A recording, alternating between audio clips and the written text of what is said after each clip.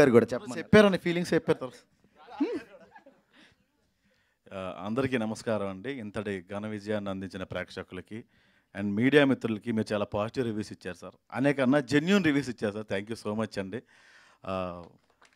రచయితగా నా ప్రయాణం ఈటీవీ నుంచే మొదలైందండి. ఈటీవీలో నేను కామెడీ స్కిట్స్ తర్వాత కామెడీ సీరియల్స్ రాసేవాడిని. అక్కడే నన్ను నూర్ బాషా గారు నన్ను ఆర్టిస్ట్ని చేశారు సార్. సో అక్కడి నుంచే నా ప్రయాణం మొదలైంది. ఈటీవీలోనే ఆ సంస్థే మా సినిమాని తీసుకోవడం చాలా ఆనందంగా ఉంది సార్. ఎక్కడ మొదలయ్యామో మళ్ళీ అక్కడికే వచ్చాం. ఖచ్చితంగా ఈటీవీ ఇలాంటి మంచి మంచి సినిమాలు తీసుకోవాలి, ఆ మంచి సినిమాల్లో మేము ఉండాలని చిన్న స్వార్థం సార్ మాకు.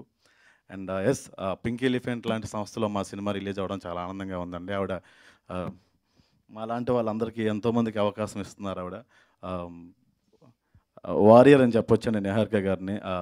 నేను థ్యాంక్స్ చెప్పాలని ప్రామిస్ చేశాను కాబట్టి చెప్పలేకపోతున్నాను ఆవిడకి. ఎక్కువ మాట్లాడినండి. ఒక విషయం చెప్దాం అనుకుంటున్నాను నేను. ఈ కమిటీ కుర్రాళ్ళు యదువంశీ గారి జాతర, ఈ జాతరలో ప్రొడ్యూసర్స్ బలిచేట మోసారు, టెక్నీషియన్స్ అందరూ గరగలెత్తుకున్నారు. మా ఎగ్జిక్యూటివ్ ప్రొడ్యూసర్ మన్యం రమేష్ గారు అమ్మోరుకు తోడుగా పోతురాజులో నిలబడ్డాడు. ప్రొడక్షన్ వాళ్ళంతా జాతర భోజనం పెట్టారు. ఈ వంశీగాడి జాతరను చూడడానికి ప్రేక్షకులందరూ వచ్చి ఘన విజయాన్ని అందించారు. థ్యాంక్ యూ సో మచ్ అండి. Thank you. బాగుంది సార్, చాలా చాలా బాగా చెప్పారు.